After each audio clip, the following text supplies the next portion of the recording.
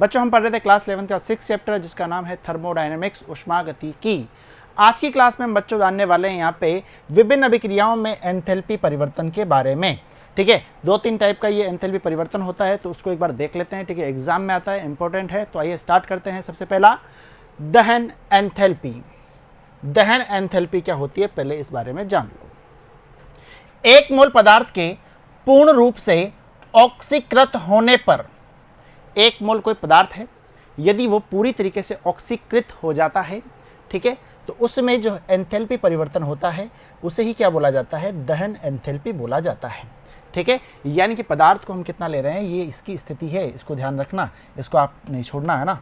1 मोल, एक मोल पदार्थ जब ऑक्सीकृत हो जाएगा, एक मोल पदार्थ जब ऑक्सीकृत हो जाएगा, ठीक है, तो ऑक्सीकृत होने पर एंथैल्पी परिवर्तन जो यहाँ पे होगा, ठीक है, डेल एच, वो क्या कहलाएगा अपना यहाँ पे दहन की एंथैल्पी कहलाएगा। वैसे डेल एच जो रहता है वो क्या होता है, एंथैल्पी में परिवर्तन, बट यहाँ पे दहन एंथैल्पी निकाल रहे हैं, कंबंशन है ना, कंबंशन इसे बोला जाता है।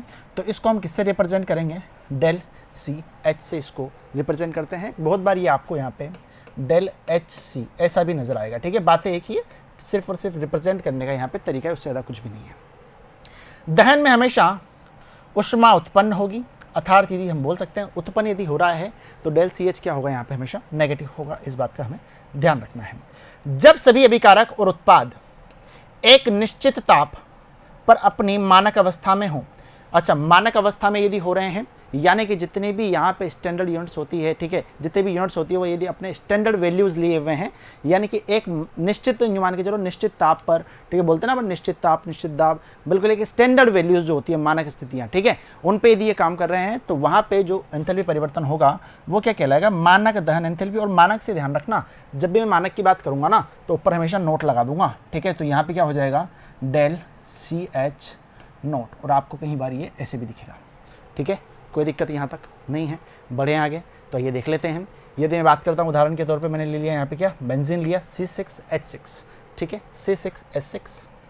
अच्छा जी, यदि मैं बात करता हूँ 15/2 मोल, यानी कि कितना बोल सकते हैं, 7.5 मोल, ठीक है, कितना है ऑक्सीजन। इससे यदि क्रिया करा रहा हूँ, ऑक्सीकृत करने का मतलब यही होता है, ठीक है, O2 से क्रिया करा रहे हैं, तो क्या मिलेगा यहाँ पे 6CO2 मिलेगा, ठीक है, 3H2O किस फॉर्म में, लिक्विड फॉर्म में। क्लियर है।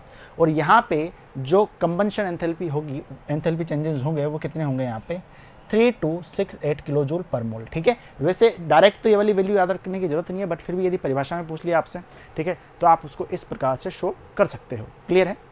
यदि CO2 बनने की हम बात करते हैं कार्बन से और ऑक्सीजन से, तो वहाँ पे कितना होगा भैया, ये 395.7 किलो जूल पर मोल। ठीक है, और मैंने पहले ही बताया था किस में आती है, नेगेटिव में आती है, तो वहाँ पे आप नेगेटिव लिखेंगे, ये आपको पता होना चाहिए। क्लियर है, कोई दिक्कत यहाँ तक नहीं। बड़े आगे, LPG गैस। LPG गैस की हम बात करते हैं तो ब्यूटेन का आपने नाम सुना होगा। ब्यूटेन बोले तो C4, ब्यूटेन यानी कार्बन कितने, 4। ठीक है, संयोजकताएं पूरी करोगे, क्या बनेगा यहाँ पे, C4H10 बनेगा। LPG को ही क्या बोला जाता है यहाँ पे, ब्यूटेन गैस जो होती है उसको LPG बोला जाता है। ठीक है, ब्यूटेन के 1 मोल दंश हैं 2658 किलो जूल ऊष्मा मुक्त होती है, यानी कि यहाँ पे यदि मैं बात करता हूँ तो डेल सी एच का जो वैल्यू रहेगा वो कितना होगा यहाँ पे, -2658 किलो जूल। ठीक है, कोई दिक्कत यहाँ पे नहीं है। बड़े आगे आ जाओ। और उसी प्रकार से यहाँ पे कुछ एक रिएक्शंस के लिए अपने को दिया हुआ है, C4H10 के लिए इतना दिया हुआ है, ग्लूकोज के लिए इतना दिया हुआ है। ठीक है, यदि CH4 की O2 से अभिक्रिया कराते हैं तो यहाँ पे इतना दिया हुआ है। ठीक है, इतना याद करने की जरूरत नहीं है, जितना याद रह जाए, 2 एग्जाम्पल भी याद रखेंगे तो कोई यहाँ पे छोटी बात नहीं है। ठीक है, बड़े आगे चलो जी देखेंगे। अच्छा, ये यहाँ पे 1 लिखा हुआ नहीं है, ये L है ना, लिक्विड, ये भी लिक्विड है, ये भी लिक्विड है। ठीक है, और कहीं पे चलो जी क्लियर है, 1 कहीं भी नहीं आएगा, तो अंडरस्टूड है। अच्छा जी, अगली हम बात करते हैं यहाँ पे कणन एंथैल्पी की। कणन एंथैल्पी क्या होती है, ध्यान से समझना। गैसीय अवस्था में, ठीक है, अब वहाँ पे 1 मोल किया था, अब यहाँ पे क्या कर रहे हैं हम, यहाँ पे स्थिति लेके चलनी है भैया ना, इन चीज़ों पे गौर करना। यहाँ पे स्थिति कौन सी लेके हम चल रहे हैं, यहाँ पे गैसीय अवस्था में किसी 1 मोल पदार्थ। अब जो यहाँ पे अवस्था जो रहेगी पदार्थ की, क्या हो जाएगी, यहाँ पे गैसीय अवस्था हो जाएगी। ठीक है, पहले तो कोई सी भी चलेगी। अब यहाँ पे गैसीय अवस्था में 1 मोल पदार्थ में उपस्थित आबंधों को, ठीक है, यानी कि मान लीजिए कोई पदार्थ है, मान लो CH4 है कोई, ठीक है, CH4 कोई यहाँ पे पदार्थ है, ठीक है, किस अवस्था में, गैसीय अवस्था में है। यदि मैं इसके 1 मोल को यदि लेता हूँ और इसके जितने भी आबंध हैं सबको मैं क्या कर देता हूं, यहां पे तोड़ करके परमाणुओं में बदल देता हूं। ठीक है, तो वहां पे जो एंथैल्पी परिवर्तन हो रहा है वही क्या कहलाएगा, कणन एंथैल्पी या फिर मानक कणन एंथैल्पी कहलाएगा। ठीक है, कणन एंथैल्पी आ जाए तो आप क्या लिख दोगे यहाँ पे डेल AH। ठीक है, यदि मानक बोल दे तो यहाँ पे ऊपर नोट लगा दो, कहाँ दिक्कत है। ठीक है, यानी कि कुछ भी नहीं किया, गैस का एक मोल लिया, उसको हमने क्या कर लिया, परमाणुओं में यहाँ पे क्या कर लिया, तोड़ लिया। परमाणुओं में यहाँ पे हमने क्या कर लिया, उसको ब्रेक कर लिया, 1 मोल गैस को। ठीक है, तो वहाँ पे जो एंथैल्पी परिवर्तन हुआ है वही क्या कहलाएगी, कणन एंथैल्पी। ठीक है, CH4 के लिए हम बात करते हैं तो कितना आता है यहाँ पे 435.0, यानी कि बोल सकते हैं 435 किलो जूल पर मोल, 1 मोल की यहाँ पे बात हो रही है। ठीक है, अच्छा वैसे H2 के लिए, सोडियम के लिए देख लो, अलग अलग वैल्यूज़ होती है। ठीक है, चलो बड़े आगे। अब आती है बंध वियोजन। बंध वियोजन से तात्पर्य क्या है, ध्यान से समझना। बंध वियोजन यानी कि बंध वियोजन। ठीक है, आ रही होगी बात समझ में, तो ध्यान से समझ लो इसको। गैसीय रासायनिक अभिक्रियाओं में अभिकारक अणुओं के मध्य बंध टूट जाते हैं और उत्पाद अणुओं में बंध बनते हैं, यानी कि जो रिएक्टेंट रहेंगे उनके बंध तो क्या होंगे, ब्रेक होंगे, और यहाँ पे जो प्रोडक्ट रहेगा, ठीक है, उसके बॉन्ड क्या होंगे, बनेंगे, यानी कि मैक। यानी कि पुराने बंध तो टूट रहे हैं और नए बंध यहाँ पे बन रहे हैं। पुराने किसके रहेंगे, तो आप बोलेंगे से क्रियाकारक के रहेंगे, और नए के यहाँ पे जो उत्पाद बनेगा उसके बंध यहाँ पे बनेंगे। क्लियर है।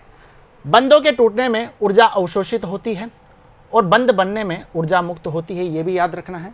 यदि बंध यहाँ पे टूट रहा है तो ऊर्जा क्या होगी, अवशोषित होगी, लेकिन बंध यदि यहाँ पे बन रहा है तो इस स्थिति में ऊर्जा क्या होगी, यहाँ पे मुक्त होगी। क्लियर है, कोई दिक्कत यहाँ पे नहीं है। तो अब देखो, यदि हम बात करते हैं यहाँ बंधों के टूटने के लिए, तो हम यहाँ पे 2 तरह की एंथैल्पी परिवर्तन के बारे में बात करेंगे, एंथैल्पी के बारे में बात करेंगे। एक तो बात आएगी बंध वियोजन ऊर्जा, ठीक है, जिसे बोला जाता है बंध वियोजन एंथैल्पी, और एक होती है औसत बंध ऊर्जा, औसत बंध एंथैल्पी। ठीक है, पहले हम बात करते हैं बंध वियोजन ऊर्जा, ये तो सीधी निकल जाएगी, है ना। कैसे बंध वियोजन ऊर्जा, देखो औसत में थोड़ा सा काम करना पड़ेगा अपनों को। द्विपरमाणुक अणु, कंडीशंस ध्यान रखो, कुछ भी नहीं है ना। जैसे ही यहाँ पे हमने बात की पहले किसकी, गैसीय रासायनिक अभिक्रियाओं में अभिकारक। अच्छा, इसके पहले हमने बात की है यहाँ पे, देखो भाई, इसके पहले हमने बात की यहाँ पे गैसीय अवस्था की, उसके पहले 1 मोल पदार्थ। ठीक है, ऐसे धीरे धीरे करके यहाँ पे चीज़ें चेंज होती जा रही है, उससे ज़्यादा कुछ भी नहीं है। द्विपरमाणुक, यानी कि अब जो मेरा यहाँ पे अणु होना चाहिए वो क्या होना चाहिए, द्विपरमाणुक होना चाहिए, यानी कि F2 होना चाहिए, Cl2 होना चाहिए, इस तरह से होना चाहिए। 2 परमाणुओं द्वारा एक अणु यहाँ पे बनना चाहिए। कि 1 मोल में उपस्थित सभी बंधों को तोड़ने से हुआ एंथैल्पी परिवर्तन, जितने भी बंध होते हैं उन सबको यदि हम तोड़ देते हैं तो उससे जो एंथैल्पी परिवर्तन हुआ है वही क्या कहलाएगा, बंध वियोजन ऊर्जा। यदि हम देखें यहाँ पे F2 के लिए, Cl2 के लिए, O2 के लिए, N2 के लिए, ये सब क्या है, यहाँ पे द्विपरमाणुक हैं। क्लियर है। अच्छा, F2 टूट करके क्या बनाएगा, 2F, 2Cl, 2O, 2Na।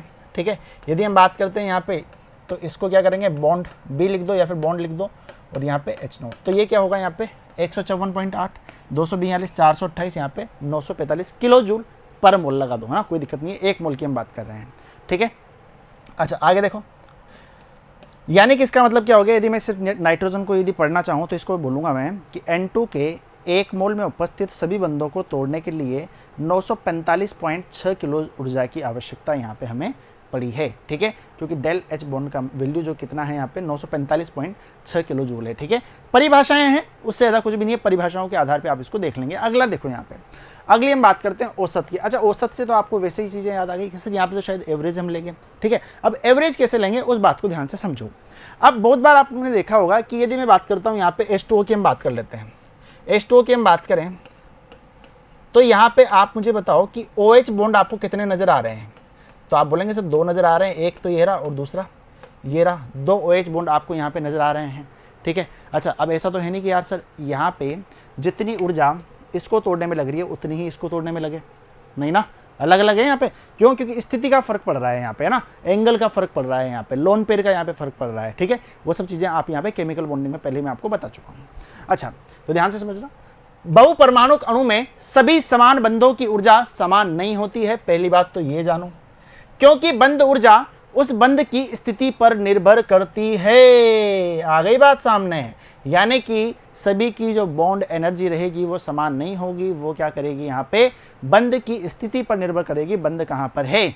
ऐसी अवस्था में क्या यूज लिया जाता है, यहाँ पे बंध वियोजन ऊर्जा का औसत लिया जाता है। H2O की हम बात कर रहे हैं। H2O में मान लिया मैंने कि एक जो OH बॉन्ड है, ठीक है, H2O में जो एक OH है उसका जो यहाँ पे बॉन्ड एनर्जी दिया हुआ है वो कितना दिया हुआ है, 497.8 किलो जूल दिया हुआ है।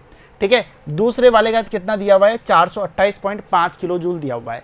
एक का कितना था, 497.8, दूसरे का 428.5। मैंने क्या कहा था, एवरेज लेना है, दोनों को ऐड करके 2 का भाग दे दो, जो आया वो यहाँ पे इसका क्या निकल गया भैया, एवरेज बॉन्ड एनर्जी निकल गया। ठीक है, कोई दिक्कत यहाँ तक, कोई भी समस्या हो तो बता दो मेरे को। नहीं है, बड़े आगे चलो जी। अब बिल्कुल लास्ट है ये, ठीक है, विलायकन एंथैल्पी देख लो इसको। विलायकन एंथैल्पी, विलेन एंथैल्पी इसको बोलेंगे अपन। ठीक है, किसी विलय के एक मोल को विलायक की बहुत अधिक मात्रा में घोलने पर हुआ एंथैल्पी परिवर्तन उस विलय की विलेन एंथैल्पी या विलायकन एंथैल्पी यहाँ पे कहलाएगा। ठीक है, अच्छा जैसे KCl है एक्वस, और ये क्या देगा यहाँ पे, KCl एक्वस देगा।